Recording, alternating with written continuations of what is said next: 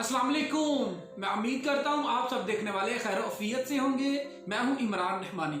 दोस्तों, आज की वीडियो का टॉपिक है the secret daily teaching day 65। Video के टॉपिक पर बात करने से पहले कुछ अहम बातें आपको बता दूं।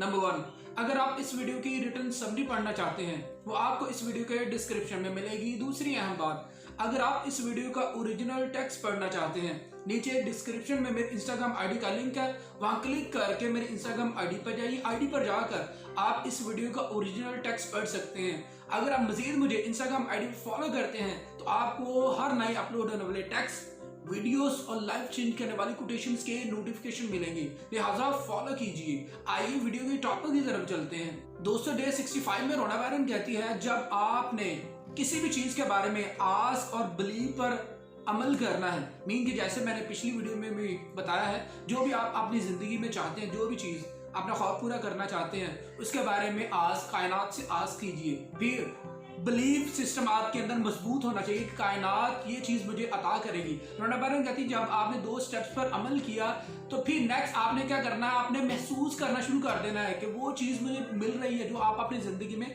लाना चाहते हैं। जब आप ऐसा करेंगे तो फिर कायनात भी आपकी मदद करेगी।